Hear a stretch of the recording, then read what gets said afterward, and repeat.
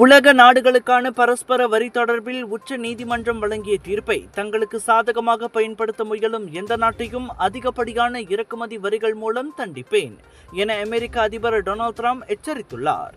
அத்தீர்ப்பு அமெரிக்க காங்கிரஸ் சபையின் அனுமதி இல்லாமல் வரி விதிக்கும் அதிபரின் அதிகாரத்தை கட்டுப்படுத்திய நிலையில் அதனை அவமானகரமானது என ட்ரம்ப் சாடி வருகிறார். ஆனால் தேசிய பாதுகாப்பு அடிப்படையில் வரிகளை தொடர தமக்கு மாற்று திட்டங்கள் உள்ளன என்றும் அவர் வலியுறுத்தினார்.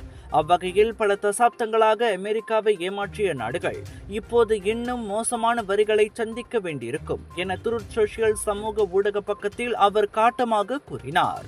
அதே சமயம் நீதிமன்றத்தின் தீர்ப்பை தனக்கு மேலும் அதிகாரத்தை கொடுத்து விட்டதாகவும், எனவே வரிகளை விதிக்க காங்கிரசுக்கு திரும்ப தேவையில்லை என்றும் அவர் கூறிக்கொண்டார். உச்ச நீதிமன்ற தீர்ப்புக்கு பிறகும் ட்ரம்ப் இப்படி தடாலடியாக செயல்படுவது அனைத்துலக வாணிபத்தின் பெரும் தாக்கத்தை ஏற்படுத்தும் என்று பார்வையாளர்கள் கூறுகின்றனர்.